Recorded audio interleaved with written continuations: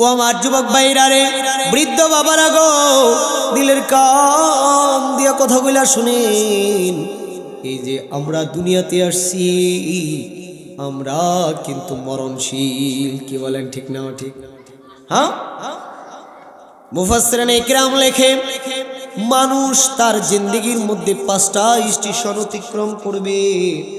1 নম্বর station হলো আলমে আরওয়াহ তথা রূহের জগৎ। আল্লাহ তাআলা রূহের জগতে একটা সময় সীমা বাইদা দিয়া মালিক রূহের জগতে আমারে আপনারে রাখছিলেন। কি বলেন? যখন আল্লাহ তাআলা রূহের জগতে প্রশ্ন করলেন, আলাস্তু বিরাব্বিকুম, আমি কি তোমাদের রব নহি? তখন আমরা সকলেই বলেছিলাম, ক্বালু বালা, হ্যাঁ হ্যাঁ, আপনি আমাদের রব। ও আমার বাইরারে, এখান থেকে 2 নম্বর স্টেশন আলমে আরহাম, মায়ের উদর, মায়ের পেট। কি বলেন? আমি আপনি ওই জায়গা থেকে ওখানে বিষা শেষ হওয়ার সঙ্গে সঙ্গে আমার আপনার বাবা মায়ের মিলনের মাধ্যমে 1 ফোঁটা নাপাক পানি থেকে আমার আপনার সৃষ্টি শুরু। ও আমার যুবক ভাইরারে, দিলের কান দিয়া শোনো, তুমি আমি কিছু ছিলাম না, তোমার আমার কোনো অস্তিত্ব ছিল না। এবার তুমি আমি নির্দিষ্ট একটা মেয়াদ দিয়া আল্লাহ তাআলা মায়ের পেটে পাঠিয়ে দিলেন। কি বলেন, ঠিক না ঠিক? এবার আল্লাহ তাআলা ওই যে মায়ের পেটে কত সময় অবস্থান করব, এই অবস্থানের সময় সীমা বাইদা দিলেন।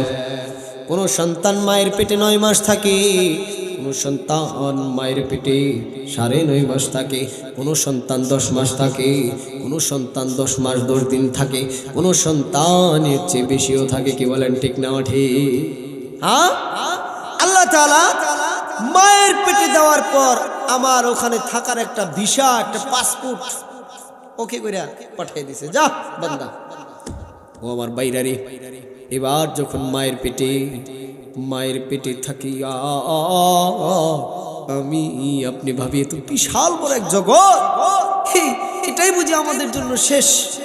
কিন্তু যুবক ভাইরারে, যখন তোমার আমার আসার সময় হয়ে যায়, মায়ের পেটে ওই যে মালিক ভিসা দিয়া পাসপোর্ট দিয়া মায়ের পেটে পাঠাইছে, এইবার যখন ভিসার মেয়াদ শেষ হয়ে গেছে, পাসপোর্টের মেয়াদ শেষ হয়ে গেছে, তখন সাথে সাথে আল্লাহ তোমাকে আমাকে মেয়াদ শেষ হওয়ার সাথে সাথে মায়ের পেট থেকে দুনিয়ায় পাঠিয়ে দিছে। কি বলো, ঠিক না ঠিক? ও আমার বাইরারে, এবার যখন মায়ের পেট থেকে আমাকে আপনাকে দুনিয়ায় পাঠাইলেন, 3 নম্বর স্টেশন আমার আপনার জন্য আলমে দুনিয়া। 3 নম্বর স্টেশন কি?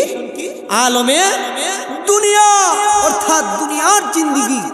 ও আমার যুবক ভাইরারে, দুনিয়ার জিন্দেগিতে যখন তুমি আমি আসলাম, আসমানের মালিক আল্লাহ তোমাকে আমাকে একটা সময় সীমা বাইদা দিছে।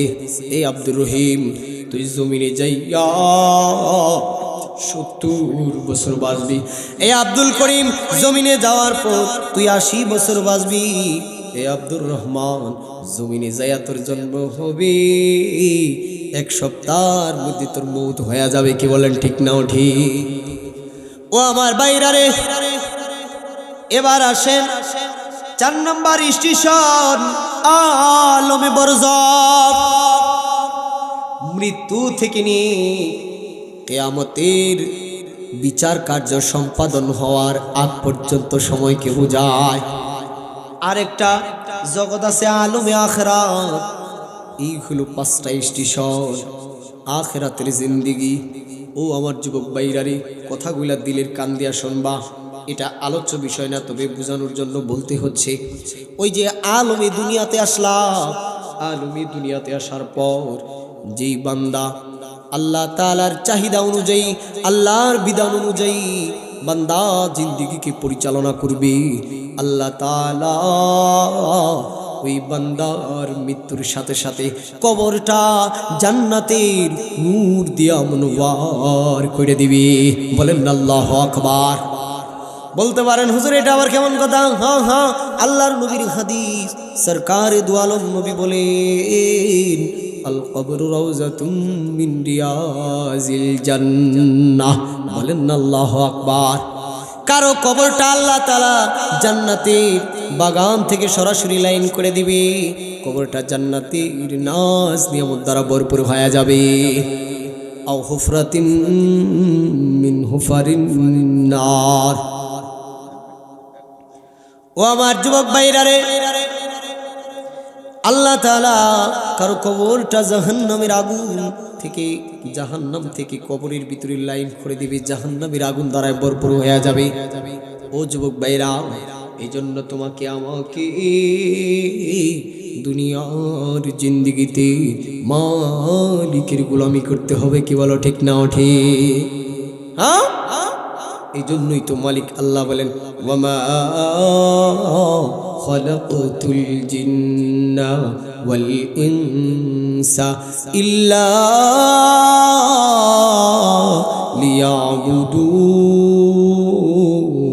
লিয়াবুদুন। আসমানের মালিক আল্লাহ বলে, আমি জিন এবং ইনসানকে বানাইছি আমি আল্লাহর গোলামি করার জন্য। বলেন আল্লাহু আকবার। ও আমার যুবক ভাইরা রে, প্রশ্ন করতে পারেন হুজুর কত সময় গোলামি করতে হবে? আল্লাহ কোরআনের মধ্যে স্পষ্ট ভাষায় বলে দিছে, ওয়াবুদ রাব্বাকা হাত্তা ইয়াতিয়াকাল ইয়াকিন। জবান খুলে আওয়াজ দিয়ে বলেন আল্লাহু আকবার। ও আমার যুবক ভাইরা রে, কত সময় ইবাদত করবা? মালিক সব বলে দিছে, ওয়াবুদ রাব্বাকা হাত্তা ইয়াতিয়াকাল ইয়াকিন। মালিক বলে তোমরা ইবাদত করবা তত সময় পর্যন্ত, মৃত্যু আসার আগ পর্যন্ত আমি মালিকের গোলামি করবা। বলেন আল্লাহু আকবার। ও আমার ভাইরা রে, দুনিয়াতে আসলাম কেন? আল্লাহর গোলামি করার জন্য। কত সময় গোলামি করব? মালিক জানাই দিছে, হাত্তা ইয়াতিয়াকাল ইয়াকিন। মৃত্যু আসার আগ পর্যন্ত তোমাকে আমাকে তোমার আমার মালিকের গোলামি করতে হবে। ও যুবক ভাইরা, এবার বুঝো দুনিয়ার জিন্দেগির সময় আর আখিরাতের জিন্দেগিটা কেমন। তারপরে আলোচনায় মেন আলোচনায় চলে যায়। ও আমার ভাইরা রে, দিলের কান দিয়া শুনবা, মনের কান দিয়া কথা বইলা শোনো। এই যে দুনিয়াতে একটা মানুষ বাঁচে, কত বছর বাঁচে? 60 থেকে 70 বছর গড় হায়াত, কি বলেন তাই না? এই যে 60 থেকে 70 বছর, এই জিন্দেগির জন্য তুমি আমি কত নাফরমানি করতেছি, কত সময় নামাজ পড়ি না, কত সময় আল্লাহর বিধান মানি না, জানাহের ভিতরে লিপ্ত হচ্ছি, গুনাহের ভিতরে লিপ্ত হচ্ছি। ও যুবক, নিজেকে একটু আনন্দিত করার জন্য কত গুনাহের মধ্যে নিমজ্জিত হচ্ছে। কি বলো, ঠিক না ঠিক? এমন এক জিন্দেগি, যেই জিন্দেগির একদিন হবে দুনিয়ার 50,000 বছরের সমপরিমাণ লম্বা। বলেন আল্লাহু আকবার। ও যুবক, আখিরাতের একদিন দুনিয়ার 50,000 বছরের সমপরিমাণ লম্বা হবে। বল আল্লাহ। আরেকটু আস্তে, গুনাহ হইতে পারে কিন্তু। ও আমার বাবারা রে, আমি তো জানি বইলাবাড়ি মানুষের, বলিয়াবাড়ি মানুষের ইমানের আলাদা একটা জজবা, কিন্তু আজকে ধারণা মনে চেঞ্জ হয়েছে। আল্লাহ আল্লাহ ইমানি শক্তি বাড়ায় দেখ। সকলে বলেন আল্লাহ। মানুষ কম হতে পারি, আমরা সেই শাহজালাল ইয়া মানিন উত্তরসূরি, যার নারায়ে তাকবীরের ধ্বনিতে গোর গোবিন্দের রাজপ্রাসাদের এক একটা করে ইট খসে পড়েছিল। কি বলেন, ঠিক না ঠিক? মুহতারাম হাজিরিন, এবার আসেন আখিরাতের একদিন দুনিয়ার 50,000 বছরের সমপরিমাণ লম্বা হবে। চিন্তা করছেন কখনো? 100 বছরই তো মানুষ বাঁচে না। বাঁচে? এ বাবা, বাঁচে না। 100 বছর বাঁচে না, অথচ 50,000 বছরের সমপরিমাণ হবে আখিরাতের একদিন মাত্র। ও আমার যুবক ভাইরা রে, মুফাসসিরানে কেরাম লেখেন এই যে আখিরাতের একদিন হবে দুনিয়ার, এই দিনের হাইসিয়তে 50,000 বছরের সমপরিমাণ লম্বা হয়ে যাবে আখিরাতের একদিন। মুফাসসিরানে কেরাম কিতাবের ভিতরে লেখে এই যে আখিরাতের একদিন 50,000 বছর সমপরিমাণ লম্বা হবে। দুনিয়াতে যদি একটা মানুষ সর্বোচ্চ বাঁচে কত বছর ধরেন? 100 বছর। তাইলে 100 বছর আখিরাতের তুলনায় কি পরিমাণ লম্বা হবে?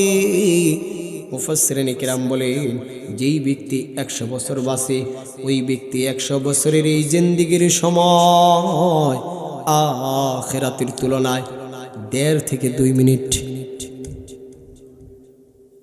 কয় মিনিট? 1.5 থেকে 2 মিনিট। এখন আমার প্রশ্ন হইল বাজার, এই 1.5 থেকে 2 মিনিটের জন্য আমি আপনি শুধু আমার জিন্দেগির নফসের চাহাত পূরণ করতে যায় মালিকের নারাজি অর্জন করতেছি, গুনাহ করতেছি, আল্লাহকে কষ্ট দিচ্ছি। কি বলেন, ঠিক না ওঠে? আখিরাতের জিন্দেগি কেমন হবে? কত দিনের লম্বা হবে?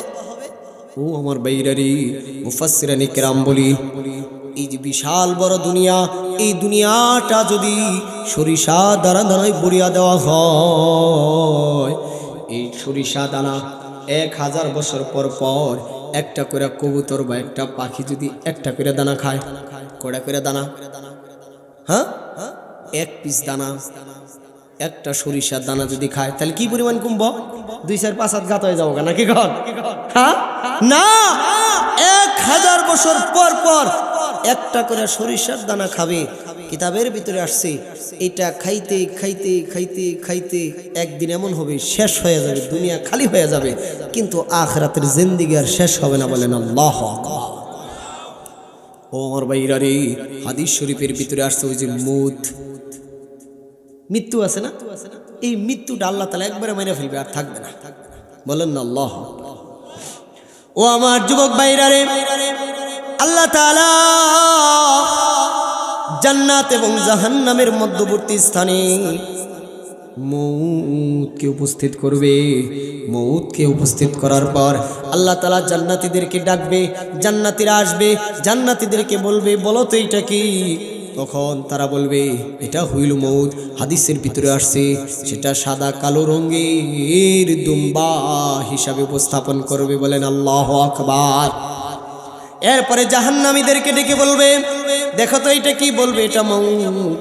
এরপর আল্লাহ ওই মউতটাকে জবাই করে দিবে। আল্লাহু আকবার। আল্লাহ তাআলা জান্নাত এবং জাহান্নামের মাঝখানে মৃত্যুকে জবাই করে দিবে। জাহান্নামীদেরকে জান্নাতীদেরকে ডেকে ডেকে বলবে ও জান্নাতীরা, তোমরা চিরস্থায়ী জান্নাতে চলে যাও, আজকের পর থেকে আর মউত হবে না। বলেন আল্লাহু আকবার। জাহান্নামীদেরকে ডাইকা বলবে ও জাহান্নামীরা, যা যা যা জাহান্নামী চইলা যা, আজকের পর থেকে তোদের আর মউত হবে না। আল্লাহু আকবার। এবার মানুষগুলা পড়তে পড়তে পড়তে পড়তে কালো কুচকুচে কয়লার রং হয়ে যাবে। আল্লাহ তাআলা যার ভিতরে 1 জাররা পরিমাণ ঈমান থাকবে আল্লাহ তাকেও এই দুনিয়ার 10 দুনিয়া সম পরিমাণ জান্নাত দিবে। বলেন আল্লাহু আকবার। 1 জাররা কি বলেন তো আপনারা? আমি জানি বক্তার কাছে আপনাদের জ্ঞান এখন বেশি, ওয়াজ শুনতে শুনতে প্রতিদিন সবাই এখন বক্তা হয়ে গেছে। 1 জাররা হলো একটা সরিষা দানা 70টা টুকরা করলে কি পরিমাণ হবে? বিশাল বড় বড়, তাই না? অনুবীক্ষণ যন্ত্র দিয়ে দেখতে হবে এটাকে। ও আমার বাবারা রে, এইবার ওই যে 70টা টুকরা করলে যে পরিমাণ বিশাল বিশাল টুকরা হবে, অনুবীক্ষণ যন্ত্র দিয়ে দেখতে হবে, চোখ দিয়ে দেখা সম্ভব নয়। ওই 1 জাররা পরিমাণ ঈমান যার থাকবে আল্লাহ তাআলা ওই ঈমানদারকে এই পরিমাণ জান্নাতের এরিয়া তাকে দান করবে। এই বিশাল দুনিয়ার 10 দুনিয়া সম পরিমাণ জান্নাত দিবে। বলেন আল্লাহু আকবার। ও ও আমার বাইরারে, এজন্যই তো আসমানের মালিক আল্লাহ পবিত্র কালামুল্লাহ শরীফের ভিতরে বলেন, ইয়া আইয়ুহাল্লাযীনা আমানুত্তাকুল্লাহ হাক্কা তুকাতিহি ওয়া লা তামুতুন্না ইল্লা ওয়া আনতুম মুসলিমুন। ও আমার বাবারা রে, আসমানের মালিক আল্লাহ বলেন, ইয়া আইয়ুহাল্লাযীনা আমানুত্তাকুল্লাহ, বান্দারে আল্লাহ বড় ভালোবাসে, যেই কারণে আসমানের মালিক আল্লাহ বারবার সতর্ক করে। আল্লাহ বলে, ইয়া আইয়ুহাল্লাযীনা আমানুত্তাকুল্লাহ, হে মুমিনরা, তোমরা আমি আল্লাহরে ভয় করো, তোমরা আমি আল্লাহকে ভয় করো। কেমন ভয় করবা? মালিক বলে, হাক্কা তুকাতি, আমি আল্লাহরে ভয় করার মতো ভয় আমি আল্লাহকে করো। এরপরে মালিক আল্লাহ আবার সাবধান করতেছে, খবরদার, হাই বান্দা, খবরদার খবরদার খবরদার। কি আমি আপনার খবরদার, চমকে যাবেন না? আল্লাহ বলতেছে, খবরদার, ওয়ালা তামুতুন্না ইল্লা ওয়া আনতুম মুসলিমুন। আল্লাহ, খবরদার, পরিপূর্ণ মুসলমান না হইয়া মৃত্যুবরণ করিও না, তাইলে কিন্তু খবর আছে। মুহতারাম হাজিরিন, এই যে আমরা পাঁচটা জগতের কথা বললাম, পাঁচটা জগতের মধ্যে প্রথম চারটা জগৎ যেটার শুরু আছে শেষ আছে, কিন্তু আলমে আখিরাত শুরু আছে মগর শেষ নাই। কি বলেন, ঠিক না? হ্যাঁ, ওই আলমে আখিরাতে যাওয়ার পরে আল্লাহ তাআলা আমাদেরকে হয়তো জান্নাত দিবে, হয়তো জাহান্নাম দিবে। এটা কিসের উপরে বিবেচনা হবে? এই যে আলমে দুনিয়া ৩ নম্বর স্টেশন, এই আলমে দুনিয়াতে আসার পর আমরা যে আল্লাহর বান্দা, আল্লাহর হুকুম যদি মেনে আমাদের জীবনকে বাস্তবায়ন করে থাকি, তাহলে আসমানের মালিক আল্লাহ আমাদের জন্য রাস্তা কয়টা? 2টা। 1 নম্বর রাস্তা, ফারিকুম ফিল জান্নাহ, 1 নম্বর রাস্তা হলো জান্নাতের রাস্তা। ওয়া ফারিকুম ফিস সাইর, 2 নম্বর রাস্তা হইল জাহান্নামের রাস্তা। যারা দুনিয়াতে আসিয়া আল্লাহর বিধান অনুযায়ী জীবন পরিচালনা করবে, আমলে সলেহ করবে, ঈমান অবস্থায় জিন্দেগিকে পরিচালনা করবে, আমলে সলেহ করবে, ঈমান নামক পাসপোর্ট বানাইবে, আমল নামক ভিসা অর্জন করবে। আল্লাহ তাআলা বলেন, ইন্নাল্লাযীনা আমানু ওয়া আমিলুস সালিহাত কানাত লাহুম জান্নাতুল ফিরদাউসি নুজুলা। জবান খুলে আওয়াজ দিয়ে বলেন আল্লাহু আকবার। ও আমার বাবারা রে, ও আমার যুবক ভাইরা রে, আসমানের মালিক আল্লাহ বলেন, ইন্নাল্লাযীনা আমানু ওয়া আমিলুস সালিহাত, নিশ্চয় যারা ঈমান আনয়ন করবে এবং আমলে সলিহ করবে, আমি আল্লাহ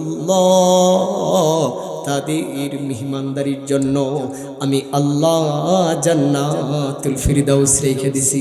একটু আস্তে করুন না সুবহানাল্লাহ, আর একটু আস্তে করুন সুবহানাল্লাহ। ও আমার বাবারা, কি রাখছে? জান্নাতুল ফিরদাউস। মালিক এমন একটা জান্নাত ওই সমস্ত বান্দাদের জন্য রাখবে যে বান্দারা আল্লাহর উপরে ঈমান আনয়ন করবে, মালিকের উপরে ঈমান আনিয়া আমলে সালেহ করবে, মালিকের হুকুম আহকামাত গুলো মানিয়া যে বান্দা জীবন পরিচালনা করবে, মালিক তার মেহমানদারির জন্য জান্নাতুল ফিরদাউস রাখছে। আল্লাহু আকবার। ও আমার বাবারা রে, জান্নাতুল ফিরদাউস কি? এবার শুনে নেন, সংক্ষেপে বলি কারণ সময় অল্প। জান্নাতুল ফিরদাউস এমন একটা জান্নাত, আল্লাহর নবী বলে, যখন তোমরা আল্লাহর কাছে জান্নাত চাও তখন এইভাবে দোয়া করো, ওগো আল্লাহ তুমি তোমার বান্দার জন্য জান্নাতুল ফিরদাউস দিয়া দাও। আল্লাহু আকবার। আল্লাহর নবী বলে জান্নাতুল ফিরদাউস এমন একটা জান্নাত, যে জান্নাতটা হলো জান্নাতের মধ্যে সবচেয়ে উত্তম জান্নাত। আল্লাহু আকবার। শুধু তাই নয় বাবা, তাই নয়, জান্নাতুল ফিরদাউস এমন জান্নাত, যেই জান্নাতটা হলো জান্নাতের মধ্যবর্তী জায়গায় অবস্থিত। ওই জান্নাতের তলদেশে মধুর নহর জারি আছে, দুধের নহর জারি আছে। এমন একটা জান্নাতের মালিক আল্লাহ তোমারে আমারে বানাইবে। যদি তুমি দুনিয়াতে, যদি তুমি আমি এই দুনিয়ার ভিতরে ভেজাল মুক্ত একটা ঈমানের মালিক হইতে পারি, ওই যে আল্লাহ দুনিয়ায় পাঠাইছে, এই দুনিয়াতে থাকিয়া ভেজাল মুক্ত ঈমান, ভেজাল মুক্ত আমলের মালিক হইতে পারি। ঈমান নামক ভিসা, আমল নামক পাসপোর্ট যদি তোমার আমার টনটনা থাকে, ইমিগ্রেশন হবে কোথায়? কবরে। এই কবরে যখন তুমি আমি ঈমান আর আমল নামক পাসপোর্ট আর ভিসা নিয়ে যাব, যখন যায় শো করবে, শো করার সাথে সাথে সব ক্লোজ হয়ে যাবে। বল আল্লাহু আকবার। ও আমার যুবক ভাইরা রে, এই যে বললাম হায়াত জিন্দেগি, এই দুনিয়া হলো তোমার আমার জন্য পরীক্ষা। এই জন্যই তো মালিক আল্লাহ বলেন الذي خلق الموت والحياة ليبلوكم أيكم أحسن عملا। জবান খুলে আওয়াজ দিয়ে বলেন আল্লাহু আকবার। আল্লাহ তাআলা বলেন আল্লাযী খালাকাল মাউতা ওয়াল হায়াতা লিয়াবলুয়াকুম আইয়ুকুম আহসানু আমালা। ও আমার যুবক ভাইরা রে, আসমানের মালিক আল্লাহ হায়াত এবং মওতকে সৃষ্টি করছে দুইটা কারণে। কয়টা কারণে? দুইটা কারণে। এক নম্বর কারণ হলো আল্লাহ তাআলা লিয়াবলুয়াকুম, আল্লাহ তাআলা তোমাদেরকে পরীক্ষা করবে। এক নম্বর কারণ কি? পরীক্ষা। দুই নম্বর কারণ আইয়ুকুম আহসানু আমালা।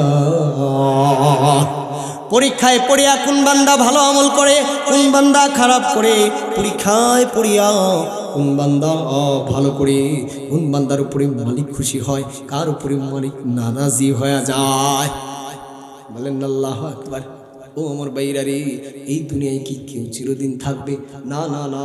আমি যেই আয়াতে কারিমা পড়েছি, আল্লাহ সুবহানাহু ওয়া তাআলা পবিত্র কালামুল্লাহ শরীফের ভিতরে ঘোষণা দেন কুল্লু নাফসিন যায়িকাতুল মাউত সুম্মা ইলাইনা তুরজাউন। জবান খুলে আওয়াজ দিয়ে বলেন আল্লাহু আকবার। ও আমার যুবক ভাইরা রে, এই যে আল্লাহ তোমাকে আমাকে দুনিয়ায় পাঠাইছে, তুমি আমি কেউ দুনিয়ায় চিরদিন থাকতে পারবো না। মউত নামক প্রেসক্রিপশন আল্লাহ গলায় তোমার আমার জন্য বাইদা দিছে। আব্দুর রহমান আব্দুল করিম, যা যা যা দুনিয়ায় যা। 70 বছর হায়াত দেওয়ার পরে দুনিয়ায় পাঠাইলাম। এই 70 বছর হায়াতের পরে আমি আল্লাহ তোকে, এই 70 বছর হায়াতের পরে মৃত্যু নামক পিয়ালা তোকে পান করাইব। মৃত্যুর দরওয়াজা দিয়া আমি তোকে দুনিয়ার ইতি ঘটাবো, দুনিয়ার জিন্দেগির সফর। এই জিন্দেগির সফরের ইতি ঘটাইব। বলেন আল্লাহু আকবার। ও আমার বাবারা রে, ইতিহাসের পয়লা মুসলমান, মৃত্যু থেকে কেউ পার পাবে কিনা? না না না। যাকে সৃষ্টি না করলে আসমান জমিন চাঁদ সে তারা গ্রহ নক্ষত্র কোনো কিছু সৃষ্টি হইতো না। ও আমার যুবক ভাইরা রে, ইতিহাসের পয়লা মুসলমান আম্মাজান হযরতে খাদিজাতুল কুবরা রাদিয়াল্লাহু তাআলা আনহু।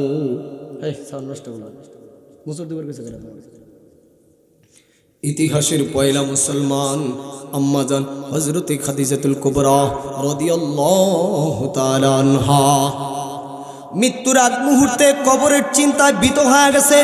দিলের ভিতরে বড় ভয়। আল্লাহর নবীকে বলে, ওগো সরকার, কবে কখন জানি মৃত্যুর পথে আমাকে সফর করতে হবে।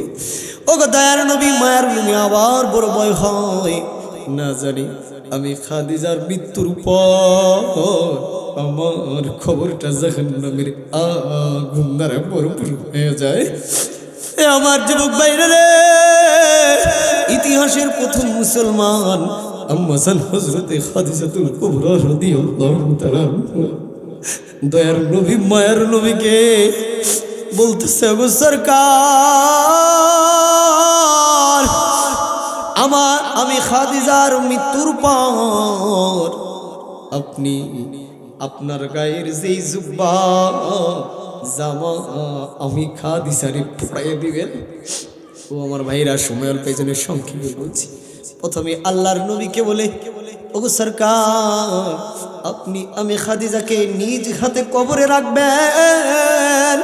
কবরে রাখিয়া যতক্ষণ পর্যন্ত মুনকার নাকিরের প্রশ্নের জবাব দিতে না পারবো, যতক্ষণ পর্যন্ত মুনকার নাকির সওয়াল জবাব না করাবে, ততক্ষণ পর্যন্ত আপনি কবর থেকে উঠেন না। আল্লাহর নবী বলে, ওগো খাদিজা, কবর তো এমন এক জায়গা, যেই জায়গার ভিতরে প্রত্যেককেই তার নিজের প্রত্যেকটা প্রশ্নের উত্তর দিতে হয়। খবরের প্রশ্নের উত্তর আরেকজন দিতে পারে না। এবার হলো, ওগো নবী, আমার বড় ভয় হয়, কমস কম আপনার গায়ের জুব্বা জামা আমাকে কাফন হিসেবে দিয়ে দিবেন, যাতে কবরে যাওয়ার পর মুনকার নাকির যখন কবরের ভিতরে আসবে আমাকে সওয়াল জবাব করবে, ওগো সরকার, তখন যেন মুনকার নাকির আপনার গায়ের জুব্বা জামা দেখিয়া আমি খাদিজাকে চিনতে পারে, আপনার দলিল লুকিটা বুঝতে পারে। ও আমার যুবক ভাইরা রে, কবরের জিন্দেগির সফর করবেন তার আগে কত বিত। এবার যখন আল্লাহর নবী না করছে, বলে, আল্লাহর নবী, তাইলে আপনার জুব্বা জামা আমি খাদিজার কাফন হিসাবে দিয়ে দিবেন। আর একটা রিকুশ আবদার, ওগো সরকার, আপনি নিজ হাতে আমাকে কবরের মধ্যে রাখবেন। কবরের ভিতরে রাখিয়া আমি খাদিজার মাথাটা কিবলার দিকে ঘুরে দিবেন, কিবলামুখী করে দিবেন, যাতে করিয়া আমি খাদিজা আল্লাহ আমার জন্য সকল কিছু সহজ করিয়া দেয়। কারণ যাদের কপাল কিবলার দিকে থাকে তাদের জন্য কবরের সওয়াল জবাব সহজ হয়ে যায়। ওগো নবী, আপনি আমাকে নিজ হাতে কবরে রাখবেন এবং আমাকে কবরের ভিতরে শোয়াইবেন। আমার মাথা আপনি সূর্যের দিকে কিবলামুখী করে দিবেন। ও আমার যুবক ভাইরা রে, ইতিহাসের পয়লা মুসলমান হযরতে খাদিজাতুল কুবরা রাদিয়াল্লাহু তাআলা আনহার মৃত্যু হয়ে গেছে। নবী কাফন পরে কবরের ভিতরে রাখতেছে। যুবক দিলের কান দিয়া শোনো, এইবার দয়ার নবী যখন কবরের ভিতরে রাখে, কবরের ভিতরে রাখিয়া দোয়া পড়িয়া কবরের ভিতরে আম্মা জানরে রাখছে। আম্মা জানের চেহারা মোবারক, আল্লাহর নবী, দয়ার নবী, মায়ার নবী, সরকারে দু আলম নবী চেহারা কিবলার দিকে ঘুরে দিছে। কিন্তু সাথে সাথে কিবলার দিকে রাখিয়া যখন হাত ছড়ায়, অটোমেটিকলি চেহারা আসমানের দিকে ঘুরে যায়। আল্লাহর নবী 2-3 বার কিবলার দিকে ঘুরায়া দিয়া এরপর আল্লাহর নবী আসমানের দিকে তাকায়া আল্লাহকে ডাক দেয়া বলে, ওগো আরশের মালিক আল্লাহ,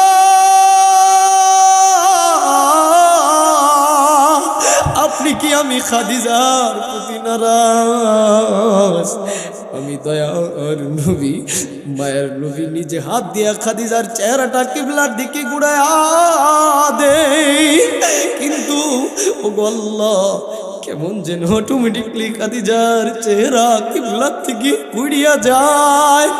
ওগো আল্লাহ, আমি তো জানি যাদের আমল নাম ভালো না তাদের চেহারা কিবলার দিকে থাকে না। আল্লাহ তাআলা জিবরিল আমিনকে পাঠাই দিছে, ও জিবরিল, যা যা যা তাড়াতাড়ি আমার দুস্থরে খবর দিবি। আজ আমার দুস্থ যখন খাদিজার চেহারা কিবলার দিকে ঘুরাইয়া দেয়, আর আমি আল্লাহ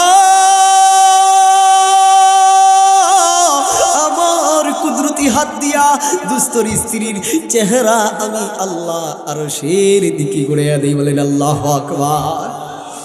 এই পরিমাণ কবরের ভয় লয়া, এই পরিমাণ টেনশন লয়া, এই পরিমাণ পরেশানি লয়া তারা কবরের জিন্দেগির যাত্রী হইছে। যাদের আমল একদারি পালাই দিলে, সমস্ত উম্মতি মুহাম্মদের আমলনামা একদারি পালাই দিলে ওই আমলনামাটা বাড়ি হয়ে যাবে। এরা কবরের চিন্তায় পরেশান।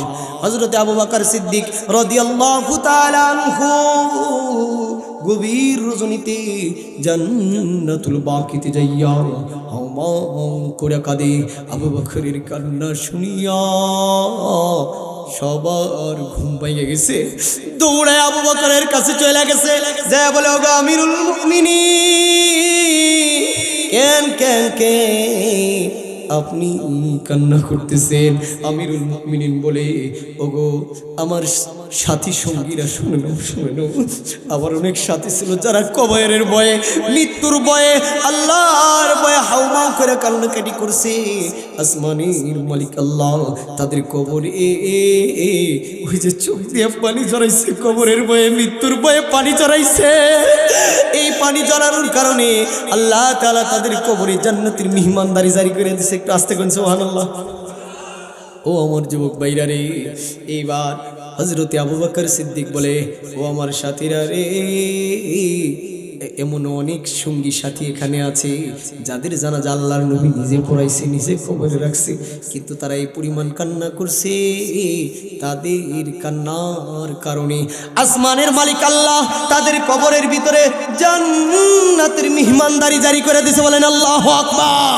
আবু বকর বলে, আমি আবু বকর ওই কবরের বই মৃত্যুর পর যদি আমি আবু বকরের কবরটা জাহান্নামের আগুন দ্বারা ভরপুর হয়ে যায়, এই জন্য আমি আবু বকর হাউমাউ করিয়া কান্নাকাটি করি, যাতে চোখের পানির উসিলায় আল্লাহ আমাকে মাফ করিয়া দেয়। ও আমার ভাইরা রে, আবু বকর কেমন সাহাবী! হযরতে আল্লাহর নবী হযরতে মুহাম্মদুর রাসূলুল্লাহ খেজুর বাগানে কাজ করিয়া এইবার একটু বিশ্রামের জন্য পুকুরের ভিতরে পা নামাইয়া সুন্দর করে বসছে। ওই বাগানের গেটের ভিতরে সাহাবী পাহারা দিচ্ছে। আবু বকর চলে আসছে। হযরতে আবু মুসা আশআরী গেটের ভিতরে। আবু বকর বলে, ও আল্লাহর নবীর সাহাবী, আমি আল্লাহর নবীর সাথে সাক্ষাৎ করতে চাই। কয় ভাই আবু বকর একটু দাঁড়ান, আল্লাহর নবী বিশ্রাম করতেছে। এইবার ওই সাহাবী দৌড়ে আল্লাহর নবীর কাছে চলে গেছে, যা বলে, ও সরকার, হযরত আবু বকর আসছে আপনার সাথে সাক্ষাৎ করবে। আল্লাহর নবী বলে, ও আবু মুসা আশআরী, যাও যাও যাও, আবু বকরকে জান্নাতের সুসংবাদ দিয়া দাও। আর আস্তে কোন গুণ হইতে পারে? চিৎকার দিয়া সিংহের মতো আওয়াজ দিয়ে বলেন সুবহানাল্লাহ। আল্লাহর নবী, দয়ার নবী, মায়ার নবী বলে, ও আবু মুসা আশআরী, যাও যাও যাও, আমার আবু বকরকে বলো আল্লাহর নবী তোমাকে জান্নাতের খুশখবরি দিয়েছি। আল্লাহু আকবার। যাও যাও ভিতরে আসতে বলো। আবু বকর ভিতরে চলে আসছে। কিছুক্ষণ পর ওমর আসছে। ওমর আসিয়া বলে, আমি নবীর সাথে সাক্ষাৎ করতে চাই। আবু মুসা আশআরী বলে, ও ভাই ওমর দাঁড়ান, ভিতরে যাওয়া যাবে না, আমি অনুমতি নিয়ে আসি। আল্লাহর নবীর কাছে চলে গেছে, অনুমতি চাইতেছে। এইবার আল্লাহর নবী বলে, ও আবু মুসা আশআরী, যাও যাও যাও, কে আসছে? ওমর। ওমর কেউ জান্নাতের সুসংবাদ দাও। আল্লাহু আকবার। এই হলেন আবু বকর, এই হলেন ওমর, যারা দুনিয়াতে থাকা অবস্থায় জান্নাতের সার্টিফিকেট পেয়েছে। বলেন আল্লাহু আকবার। কিন্তু গভীর রজনীতে কবরের ভয়ে এই পরিমাণ কান্না শুরু করে দিছে যে আশেপাশে যারা আছে তাদের ঘুম ভাঙিয়ে গেছে। হযরত ওমর ফারুক মৃত্যুর পর যখন তাকে গোসল দেয়, যারা গোসল দিয়েছে বলে হযরত ওমর ফারুকের শরীরের ভিতরে চাবুকের বাড়ির আঘাত দেখা যায়।